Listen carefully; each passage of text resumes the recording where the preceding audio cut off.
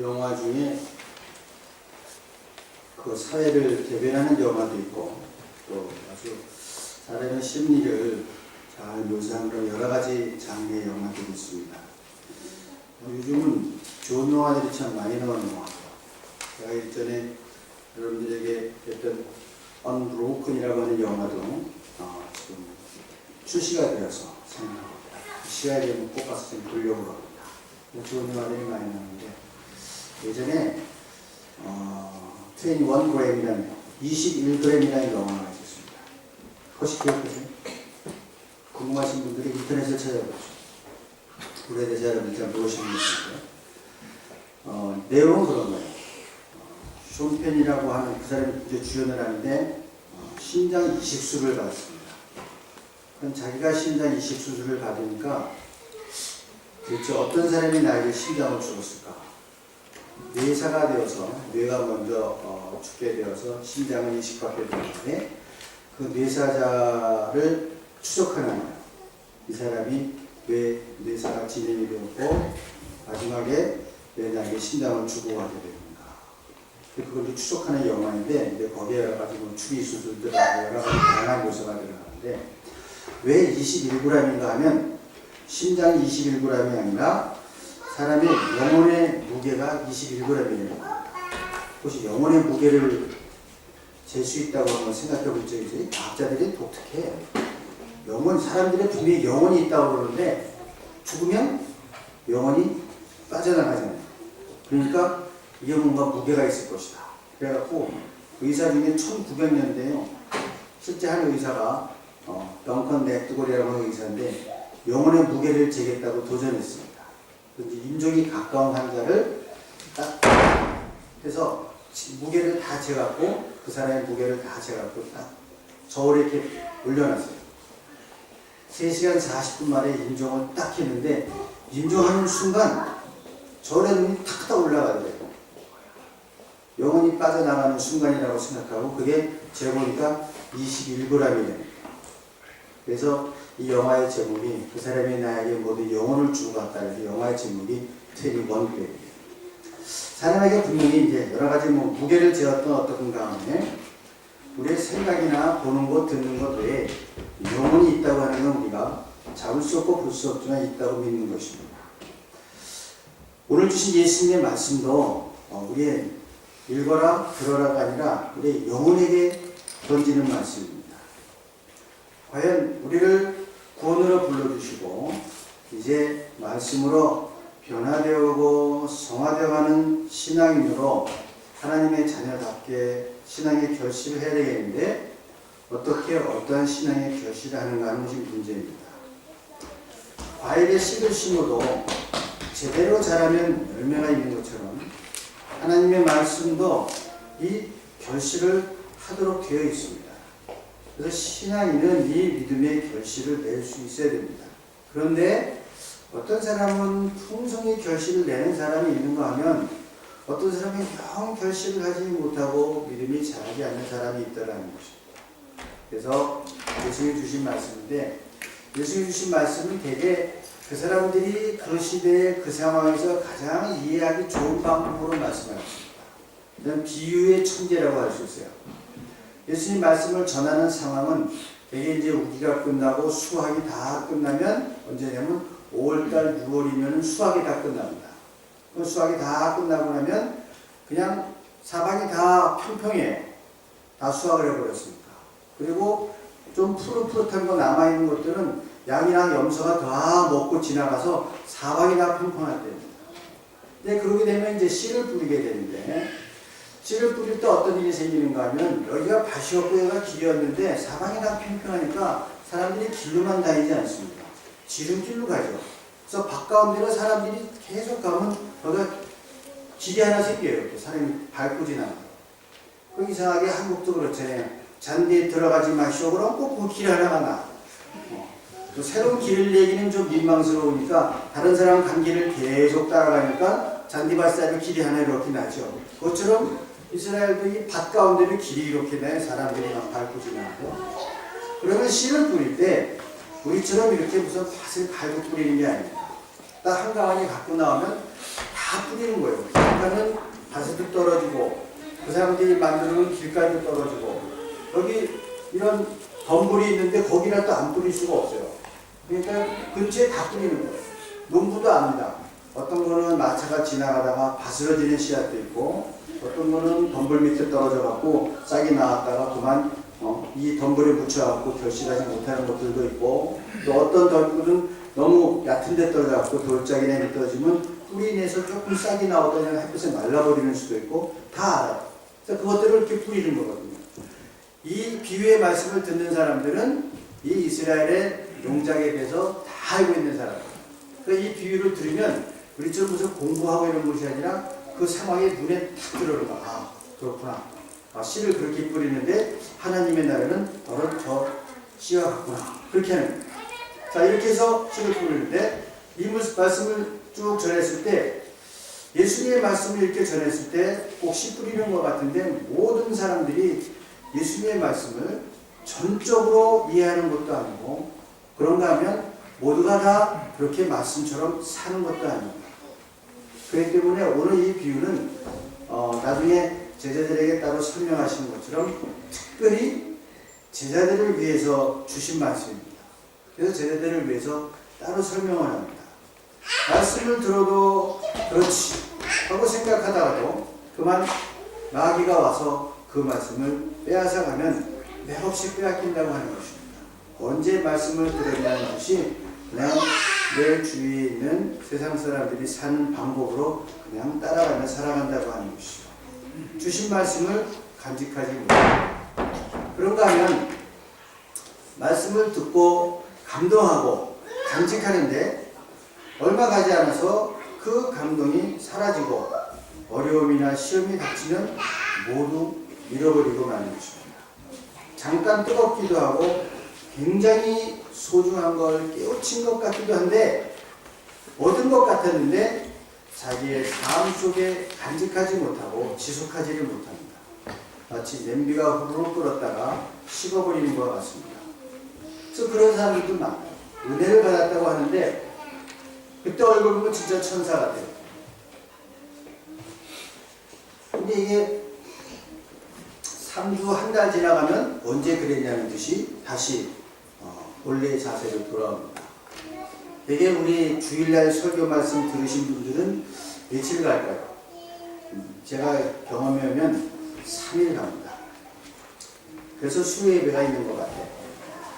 제가 화요일날 물어보면 무슨 설교했는지 기억하는데 금요일날 성경 공부가 있는데서 물어보면 제목도 기억을 못해요. 그래서 설교의 영빨이 3일이구나.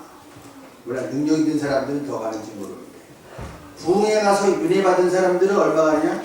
되게 저희들 경험해보면 3주 간다고. 부흥에 가서 막 은혜 받고 얼굴이 환해서 내려오면 3주 갑니다.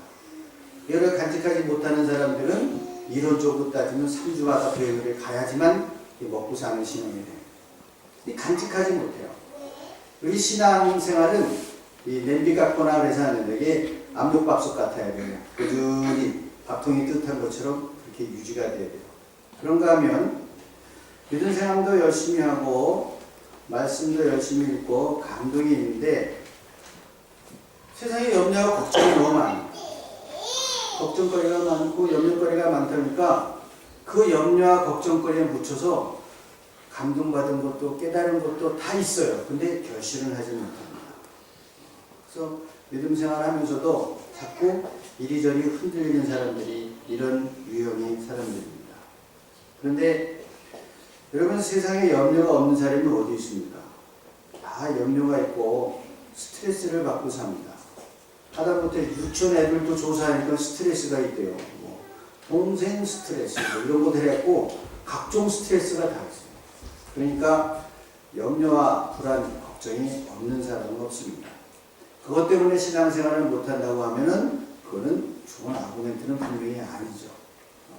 때로는 걱정 때문에 믿음도 접어들고 때로는 염려 때문에 말씀도 제쳐놓습니다. 그러니까 결실을 할 수가 없죠. 그럼 좋은 결실하는 사람들은 어떤 사람들이냐?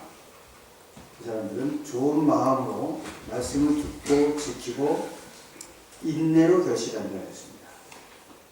인내라고 하는 단어 제가 여러 번 말씀드렸는데 휘포모네라고 하는데 휘포라고 하는 단어는 운터라고 하는 단어입니다. 그리스의 휘포는 뭐냐면 앞에 접두어인데 운터라고 하는 뜻이에요. 그럼 무슨 뜻인가 하면 그 문자를 그대로 풀면 어떤 무거운 짐 아래에 있다고 합니다. 쉽게 벗어버릴 수 없는 무거운 짐 아래에 있다. 이게 휘포모네라고 하는 뜻입니다. 그걸 이기고 있다고 합니다. 그래서 농부가 결실을 하려고 해도 오래 견뎌야 됩니다. 봄비를 기다려야 되고 여름 비와 무더위, 가을 햇빛을 인내하고 기다려야 결실이 있습니다. 여러분 신앙의 인격도 믿음으로 인한 변화도 이런 인내가 필요하다고 하는 것입니다. 특히 여기 교회에 이제 청년들이 많은데 신앙의 꿈을 가져주시죠. 나도 언젠가는 저렇게 정말 진중한 그리고 늘 은혜 가운데 있으면 신앙이 될 수 있다는 꿈을 가지세요. 지금 청년의 여러분들이 그러한 신앙을 갖게 되는 아직은 너무 일들이 많고 해야 될 일들이 많아서 쉽게 갖기는 어렵습니다. 늘 흔들 일들이 많고 제가 봐도 그래요. 우리 청년들 봐도 시험 때문에 불안하죠. 또 입학하는 것 때문에 불안하죠. 졸업하는 것 때문에 불안하죠. 취직하는 것 때문에 불안하죠. 그런 일들이 한두 가지가 아니에요. 그 모든 일들을 전부 믿음으로 이기면서 그런 신앙이 된다는 게 사실 청년 때는 쉬운 일은 아닙니다. 그러나 믿음으로 내가 굳건히 서서 가야 될 길을 가야 된다고 생각하고 꾸준히 가다 보면 정말 좋은 신앙이 될 수가 있습니다. 이래갖고 되겠나? 이래서 내가 언제 정말 결실하는 신앙이 되겠나? 회의할지 모르지만 그런 마음으로 그런 짐을 꾸준히 들고 묵묵히 자기 길을 걸어가다 보면 언젠가는 그런 신앙의 제 여러분들도 그런 신앙생활을 할 수가 있습니다. 그러니까 절대 낙심하지 마시고 내 생활의 주변에서 일하는 이런저런 일 때문에 믿음이 흔들리거나 하지 마십시오. 그냥 다 누구나 겪어가는 일이고 정말 이 또한 지나가리라 하는 마음으로 꾸준히 이 신앙을 견뎌내려가는 것입니다. 그렇기 때문에 좋은 결실을 하기 위해서 제일 중요한 것은 이 씨가 떨어지는 밭이 목토가 되어야 되고 좋은 땅이어야 됩니다. 좋은 흙이 어떤 걸까요?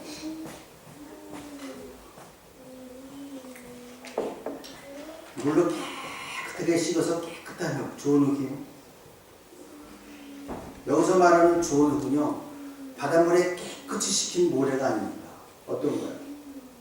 저희들은 원예를 했었는데 중학교 때 그걸 부엽토라고 합니다. 낙엽이 썩은 땅, 이게 제일 좋습니다. 이게 썩으면 유기질이 풍부해질 뿐만 아니라 또 지렁이가 살만하고 그 다음에 그 안으로 공기가 다 통하기 때문에 가장 좋은 흙이 이렇게 썩은 흙입니다. 덜 썩으면 어떻게 될까요? 식물의 뿌리가 상합니다. 완전히 썩어야 됩니다. 그 잘 썩은 이 흙이 좋은 흙입니다. 아주 좋은 흙입니다. 그래서 썩느라고 냄새도 나고 공기가 통하게 하느라고 지렁이가 꿈틀대는 땅, 그런 땅입니다. 다른 얘기를 하면 마음 썩을 일이 하나도 없는 사람보다 마음 썩을 일이 많고 가슴에 꿈틀대는 것이 많은 사람이 잘만 썩으면 옥토가 되는 것입니다. 그러니까 이렇게 아프고 힘들고 가슴이 꿈틀대는 일들 때문에 세상을 저주하거나 비관하거나 냉소적인 사람이 되는 게 아니라 그것이 잘 썩으면 씨가 잘 자라는 옥토가 되어줄 수 있다고 하는 것입니다. 그렇습니다. 여러분 좋은 신앙이 참 많은 사람들을 위로할 수 있고 풀어줄 수 있는 좋은 신앙인들은 고생 하나도 안 하고 날 때부터 금숟가락 입에 물고 나서 고생 한 번도 안 한 사람, 그 사람 좋은 신앙이 되기 어렵습니다.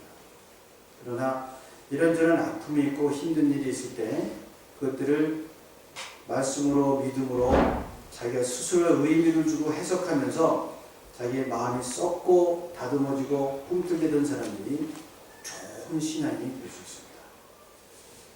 젊은 사람들이 이끌 수 있고 사람들을 위로할 수 있고 힘을 줄 수 있는 좋은 신앙인은 이렇게 마음이 제대로 썩은 사람들입니다.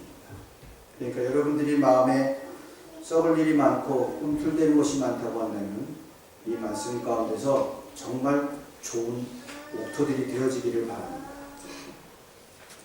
부모나 배우자가 돌아가시면 상속을 받죠. 근데 요즘은요 하도 은행에서 대출도 많이 하고 돌아가시고 그래갖고 상속 잘못 받으면 빚 갚다가 일 못 받아. 그래서 일단 상속인으로 지정이 되면 3개월의 여유가 있습니다. 내가 상속을 받을 것인지 안 받을 것인지 3개월 동안 조사를 해야 돼. 혹시 대출한 거 없나 그런 거 있으면 사고서 포기를 하면 돼요. 그럼 뭐 재산이 오고 다 포기하고 대출도 안 갚아도 돼요. 근데 그거 하는데 뭐 다 괜찮다. 그럼 그때 3개월 내에 결정을 하면 됩니다. 그리고 요즘은요 상속도 맘 놓고 못 받아. 언제 어디서 배를 맞을지 모르거든요.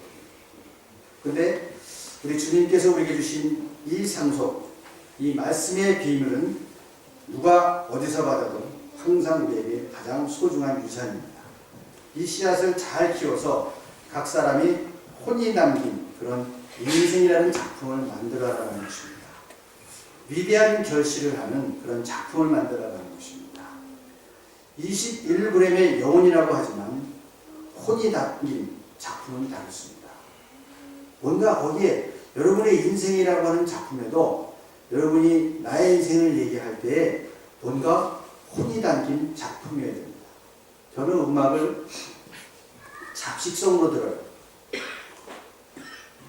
클래식부터 유행가까지 다 듣습니다.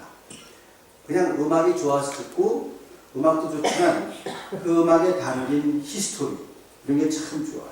그래서 사실은 한 20-30년 된 것들도 스크랩을 다 해갖고 있어요. 70, 80 그 사람들이 노래 부를 때 그 노래를 만들게 된 배경 이런 것들이에요. 뭐 이러면 잘 아시는 라라라라라 그 노래 있죠. 내가 사는 동안에 할 일이 하나 있지. 그 노래 같은 경우는요 그 작사 작곡하신 분이 정말 믿음으로 쓰는 곡이에요. 그래서 복음성가로도 손색이 없어요. 그때 왜 그걸 썼는가 하면은 어떤 아버지하고 아들이 먹을 것이 없이 자살을 했습니다. 먹을 것이 없어 자살했다고 했는데 그 당시 라면값이 50원이었습니다. 너무너무 가슴이 아파서 그 곡을 쓰기 시작했습니다. 내가 살아서 할 일이 하나 있지. 그런 걸 씁니다. 그래서 여러분 그 노래의 배경을 듣고 노래를 들으면요 전혀 감흥이 달라요. 노래에 혼이 담기면 유행가처럼 들려도요 다르게 들립니다. 조용필이라고 하시나? 다 아시죠? 우리 세대를 뛰어넘는 그런 가수들. 그 사람 노래에도요 재밌는 노래가 많아요. 그 막 웃는 노래가 있어. 그 킬리만자로의 표범이라고. 그냥 한 줄로 들어 넘길 수 있는데 제가 그걸 한번 적어봤어요. 보니까 가사가 심상치 않아. 나는 짐승의 썩은 고기나 찾아다니는 하예가 아니라 표범이고 싶다. 그렇지. 그런 식으로 살아야지. 그러면서 뭐라고 하냐면은 바람처럼 왔다가 이슬처럼 갈 수는 없잖아. 내가 흔적을 남겨둬야지. 그래서 그 소리 이렇게 들으면서 이 사람 젊을 때 뭔가 많았구나. 실제로 굉장히 많았어요. 조용필이라는 가수도 이 가슴에 끓는 게 많던 사람이에요. 그냥 쓰던 곡들이 그래요. 그래서 그 사람이 제가 직접 작사, 작곡한 곡이 하나 있습니다. 그때 이제 혼자서 일본 시장하고 미국 시장을 개척하러 혼자 일본하고 미국을 갔을 때예요. 그때 일본에서 미국으로 가는 비행기에서 자기가 쓴 가사가 있습니다. 화려한 도시를 꿈꾸며 찾아왔는데 그것은 춥고 험한 거 여기저기 헤매다 초라한 문턱에서 뜨거운 눈물을 먹는다. 나 이걸 탁 듣는데 왜 독일 생각이 나지? 야, 뜨거운 눈물을 먹는다 그러는데 여러분 유학 가서 얼마나 많이 가슴으로 눈물을 흘렸습니까? 난 그게 탁 와닿더라고요. 야, 유행가 가사도 그 사람의 혼이 담기니까 이렇게 들리는구나. 그러면서 그걸 제가 직접 작사 작곡해서 조용필이 굉장히 아끼는 곡입니다. 그러면서 뭐라냐면 별들은 내 맘 알까 나의 꿈을 알까 괴로울 땐 슬픈 노래를 부른다 슬퍼질 땐 자기 나홀로 눈을 감고 싶다. 여러분 독일 유학 가서 잠자리에 누워서 눈을 감고 싶은 적이 한두 번이 아니었습니다. 그런데 그 심정이 다 와닿더라고요. 이처럼 예전에는요 이런 스토리텔링이 있었어요. 지금 믿음 생활하는 데서도 나의 믿음 생활 가운데 내 믿음을 설명하는 그런 스토리텔링이 있어야 되는데 요즘 사실은 굉장히 신앙생활도 위험할 정도로 디지털 분열 시대가 되어버렸어요. 여러분들이 개콘을 보시죠. 개콘 콘서트를 보는데 개콘은 우리가 봐도 잘 이해를 못합니다. 한국말이 안 들려요. 제가 한국에서 한 일주일 지나야지 개콘이 들리기 시작해요. 개콘의 평균 한 커트에 최장 시간은 5분입니다. 5분 내에 사람 웃길 수 있으면 되는 거고 못 웃기면 그 다음 무대에 올라가기 힘들어요. 근데 1980년대 유머 1번지는 스토리입니다. 그 사람의 스토리가 쭉 나서 그 스토리를 따라서 웃게 돼 있어요. 근데 지금은 스토리라는 게 없어요. 그냥 한 번에. 그래서 이거 갖다가 프레젠트 쇼크이라고 해요. 엘빈 토플러가 미래의 쇼크라고 했는데 엘빈 토플러가 예상한 그런 미래의 모든 것들이 다 우리에게 왔습니다. 카톡이고 뭐 전자고 이메일이고 다 왔는데 과연 우리의 삶이 풍요해졌는가? 이걸 프레젠트 쇼크이라고 해서 책을 냈었는데 그 사람이 그거예요. 미래학자들이 얘기했던 그런 편한 시대가 왔는데 편한 것이 아니라 정작 사람들은 눈앞에 쏟아지는 온갖 정보의 흐름을 쫓아가는데 급급하다고 하는 거예요. 이게 언제 느껴지는가 하면 여러분들이 컴퓨터와 스마트폰을 딱 놓고 순례의 길을 가보면 현장이 느낍니다. 내가 뭘 쫓아다녔었는지. 전통적으로 우리가 정보를 전달하고 생각하던 스토리텔링이 더 이상 들어줄 여지가 없어요. 여러분 수사 영화 그럼 요즘 제일 뭘 많이 보십니까? CSI죠. 그 과학적 수사 기법으로 탁 범인을 잡는 거. 그 장면이 있어요. 그러나 왜 그런 수사가 범죄가 생겼고 어떠한 심리 때문에 그런 거 이런 건 거의 다 생략이래. 딱 무슨 원인 하나 있고 복잡한 결과 있고 그거를 과학적 수사로 밝혀내는 거예요. 근데 옛날에 셜록 홈즈라고 하는 탐정 영화는 스토리텔링입니다. 그 범죄의 심리의 분석과 어떤 결과를 일어나는 그거를 찾아가는 게 추리 영화였어요. 추리 소설이고 그런 드라마였어요. 지금은 단편으로 그냥 끝나요. 아니 그게 가장 극단적으로 드러나는 드라마 스타일이 여러분이 요즘 많이 보는 리얼리티 쇼입니다. 그냥 배우들이 들어가서 현장 그대로 그냥 날것으로 찍어서 보내는 거예요. 돈도 별로 안 들어요. 그냥 찍어 보내면 돼요. 뉴스로 가면 그게 CNN입니다. 뉴스를 소화하고 걸릴 것도 없어요. 그냥 가장 생생한 장면 그대로 보내는 거예요. 그러다 보니까 정치하는 사람들은 이게 너무 생생하게 날라오니까 무슨 심사숙고하고 회의하고 토의할 겨를이 없어요. 빨리빨리 결정을 해서 알려주지 않으면 당장 사람들이 뭐라고 그러니까 이 CNN이 나오면서부터 정치도 굉장히 바빠졌어요. 이런 것처럼 이런 현재의 충격으로부터 벗어나지를 못합니다. 정보 기술이 자아를 분열시키는 디지털 분열 시대가 되었다고 합니다. 근데 사람은 그렇게 살 수가 없습니다. 이 책에서 마지막에 뭘 보냐면요. 무인 공격기로 중동 지역을 폭파하고 자기는 비밀한 거 아니에요. 무인 공격기로 폭격을 하고 그 다음에 저녁에 집에 들어가서 가족들과 식사하는 조종사들의 삶을 묘사를 해봅니다. 자기는 전쟁에 참여한 적도 없고 무인 조종사로 해서 폭격하라고 돌아오고 집에 와서 애들하고 밥을 먹는데 실제로 조사해보니까 가서 진짜로 폭격한 조종사보다 더 큰 스트레스와 불안을 겪습니다. 사람은요 컴퓨터처럼 완벽하게 멀티태스킹을 할 수가 없습니다. 두 가지 정체성을 동시에 소화시키는 게 그만큼 힘들다고 합니다. 그런데 지금 많은 사람들이 이 IT의 혁명 속에서 정신없이 자기들이 멀티태스킹을 한다고 생각합니다. 스마트폰을 하고 있고 전화하고 사람들을 만나고 책을 읽고 교회 가고 할 수 있다고 생각하는데 그렇지는 않습니다. 신앙생활은 멀티태스킹이 안 됩니다. 여러분 기도하면서 멀티태스킹 하면 좀 복잡해집니다. 한국에 있는 사람, 독일에 있는 사람 길이 돌아가면서 하다 보면 무슨 기도하고 있는지도 몰라요.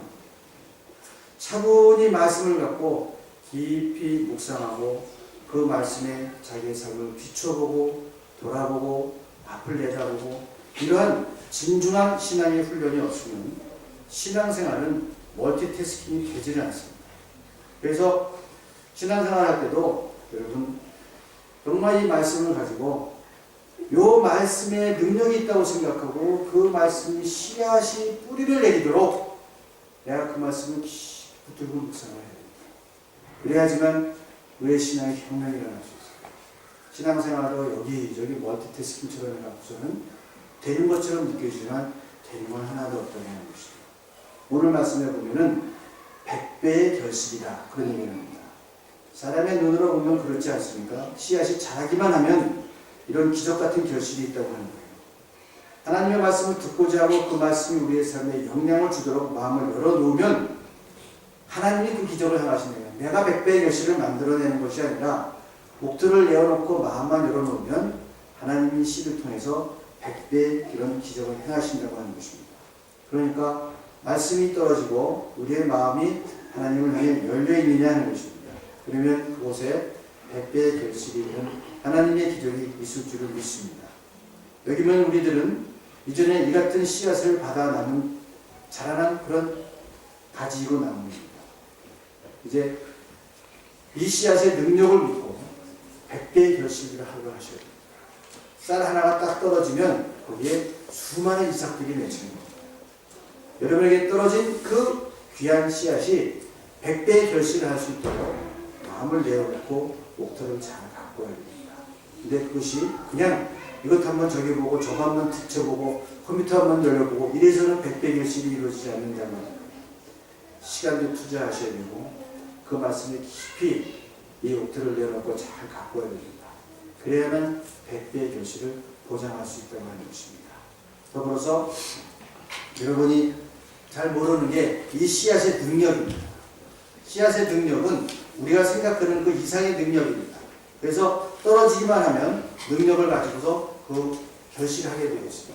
그러니까 이게 될까 생각하지 말고 그 말씀을 붙들고 그 말씀이 결실할 수 있도록 자꾸 그 말씀을 묵상하십시오.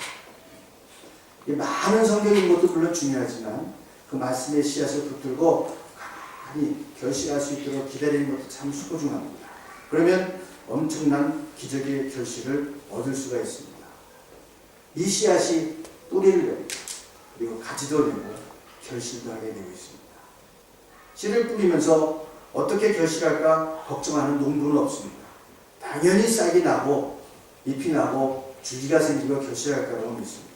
그것처럼 우리가 그러한 마음으로 하나님의 말씀을 받아들이고 믿고 기다리고 꾸준히 그 말씀을 묵상하고 기다리고 그러면 틀림없이 그 말씀 가운데 100배의 결실이 있을 것입니다. 모든 씨가 결실하지 못합니다. 말씀을 듣고 끄떡끄떡하지만 교회 문을 나서는 순간 세상의 염려와 다른 생각으로 싹 잊어버릴 수도 있습니다. 이것을 예수님은 사탄의 씨앗을 걷어가고 새가 쪼아먹는 것이라고 했습니다. 싹을 내고 줄기를 내서 주위에서 다 그 사람 참 신앙 사람이 좀 잘한다 라고 했다가도 세상에 어려운 일을 당해갖고 하루아침에 그 싹이 말라버리는 것도 있습니다. 저들도 그런 거 볼 때가 있습니다. 참 안타깝습니다. 그래서 이 싹을 참 인내를 가지고 끝까지 결실을 믿고 기다리고 갖고 가는 게 참 소중한 우리 믿음의 사역이고 신앙의 사역입니다. 덕구경에 이런 구절이 있습니다. 우리들의 마음에 관한 것인데 참 마음에 와닿아서 여러분 같이 나눕니다. 녹은 쇠에서 생깁니다. 녹은 쇠에서 생긴 것인데 녹이 점점 그 쇠를 먹는다. 이와 같이 마음씨가 그늘지면 그 사람 자신이 녹슬고 만다는 뜻이다. 우리가 온전한 사람이 되려면 내 마음을 내가 쓸 줄 알아야 한다. 그것은 우연히 되는 것이 아니고 일상적인 대인 관계를 통해서만 가능하다. 왜 우리가 서로 증오해야 하는가? 우리는 같은 배를 타고 같은 방향으로 항해하는 나그네들이 아닌가? 쇠의 녹은 쇠만 녹이고 말지만 사람 마음의 녹은 사람을 잡습니다. 다른 사람도 죽이고 자기 자신도 죽입니다. 마음의 녹은 다름 아닌 미움과 증오입니다. 증오는 자기 자신을 스스로 그늘진 감옥에 가두고 자기 주변 환경을 불행과 지옥으로 추락시켜버립니다. 이 마음을 잘 다스리고 우리 마음에 녹이 슬고 그 녹이 마음을 다치지 않도록 해야 됩니다. 저는 신앙생활하면서도 많은 분들이 이것 때문에 힘들어하는 걸 많이 봤습니다. 여기에 지거나 여기에 쓰러지거나 여기에 우리의 마음을 다치지 않도록 기회해 줍니다. 우리들 모두는 다 세상의 염려와 욕망으로 세상에서 만족함을 구하다가 실족하는 수가 많은 사람들입니다. 우리 마음밭에 이런 잡초와 엉겅퀴가 자라지 않도록 해야 됩니다. 언젠가는 결실을 할 수 있도록 아무리 잡초가 잘 자라고 엉겅퀴가 잘 자라도 밭 전체를 뒤덮을 수는 없습니다. 하나님의 말씀은 분명히 힘이 있습니다. 이 씨앗은 언젠가 씨앗의 힘으로 결실하고 말 것입니다.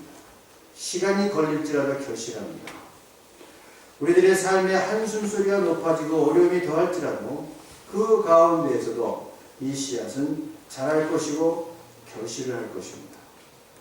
결실하는 씨앗의 소망을 가지고 열심히 뿌리고 열심히 물을 주시고 열심히 가꾸십시오.